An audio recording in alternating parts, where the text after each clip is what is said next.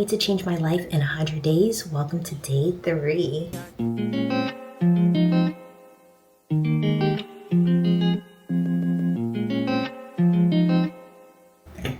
Alright guys, today I'm heading to a wellness retreat and I'm taking you all with me.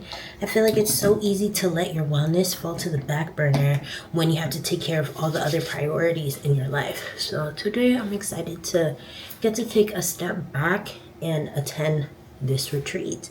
And I think it's really cool that I actually got invited to attend because of my content creation. I absolutely love that for me.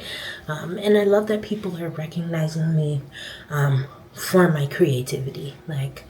What? As a child and a young adult, all my friends, teachers, coworkers have always called me creative. So the fact that my creativity gets to fund my life, get me in the doors for certain places, I think that is so cool. And I'm here for it. I'm here for it. Alright guys, well, I'm gonna go get dressed and I'll meet you in a little bit. Alright guys, the hubby has dropped me off in the woods on this retreat. Let's go do it. A bug! The world's cold, I know, and your heart's no different. Who you want, don't want you, and who you miss you. This weekend, I was reminded to breathe again, to slow down, to check in, to make space for rest, reflection, connection, and healing. The Breathe Again Wellness Retreat hosted by Respire was such a beautiful reminder that our well-being isn't made up of just one thing. We talked about the mind, the body, and community, and how deeply interconnected they all are. Sometimes wellness simply looks like giving yourself permission to pause long enough to breathe again. Alright you guys, I'm back from the retreat. I'm feeling all super refreshed and I thought I would share with you guys a couple of the things that we talked about during the retreat that I was just like, wow, that is a gem. So first, I want to share a couple of the tips that they left us. So one of the sessions was talking about the mind. One of the questions I was asked was, what are some practical steps to support your mental health? And each of the panelists said something. So the first panelist said to move your body, and I could not agree more. I think the days where I stay in bed and I do nothing are the days where I mentally feel the worst. So I think that getting up really does something. It triggers something in your mind that really helps you to carry on and move forward with the day. So I definitely feel motivated to move my body. So when my husband comes back home, we're gonna go take a walk and just get the blood vessels flowing. The next panelist said to make sure to watch the way that you speak to yourself, and I was just like, wow, that was profound. So many of us speak down to ourselves and think that's okay. I think a lot of people, they won't accept it when it's somebody else doing it, but when they're doing it to themselves, they're just like, whatever. But no, it's so important to recognize the way you speak to yourself, redirect, and refocus on making sure you're speaking positivity to yourself and repeating that over and over and over again. The next panelist said something that I was just like, dang, that spoke to me, and it was to really just be honest with God. Sometimes we're going through things and God is waiting for us to be honest with him and to tell him the things that we're going through. And even though he already knows, he wants our heart. He wants us to speak to him and to really come to him with truth. And I feel like me, I be going through things and I'll tell my friends or whoever's around me, but how often do I really just go to God and tell him this is what I'm really feeling right now? So yeah, I thought that was really profound.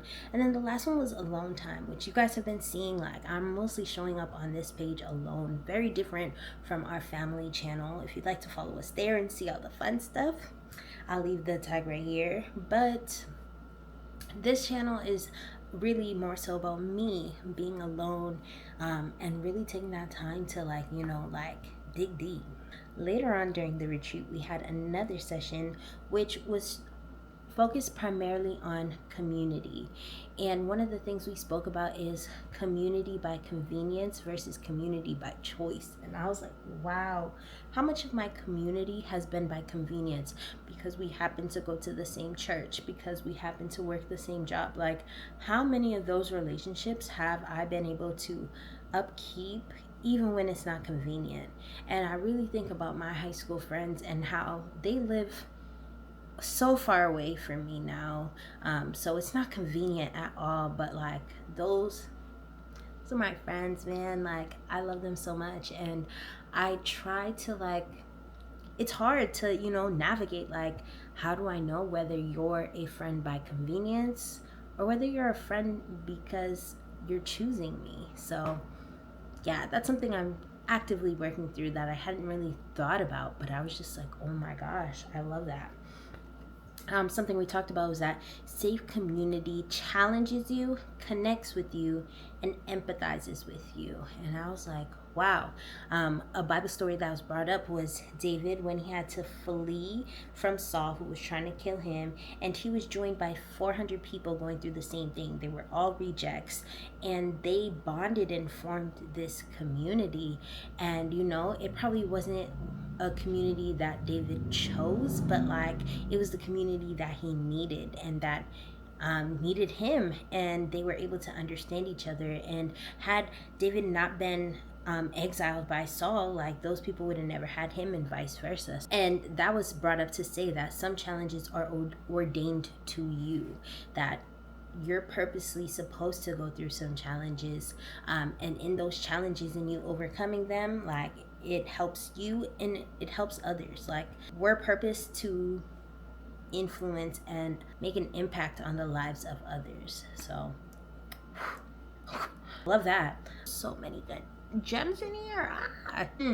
Okay, guys, I realize I have so many of them, and I really want to sit down and, like, really reflect and, like, draw out my thoughts on each of these things and really get the most of everything that was spoken about. But I'll leave you with one more that one of the panelists said. He said, God will not protect us from what he can perfect us through. So a lot of times when we're going through our trials and tribulations, we be praying like, God, let me out of this. Like, get me out, take me out of this.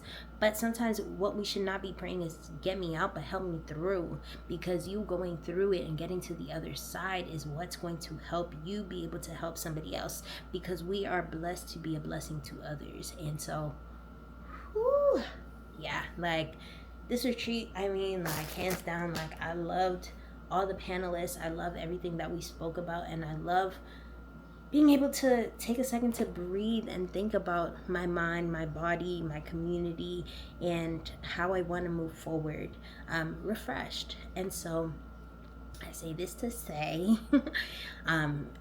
definitely take care of your mind, take care of your body, look into your community, and really put your wellness at the forefront. Yeah. Anyways, I hope you guys enjoyed this video. My life is truly changing, like it really is, and I'm excited to see where things are gonna go. And I hope the same for you. If you're watching this, I hope the very same for you. So yeah, we will gather again. Thanks for watching, and see you all back again for day 4.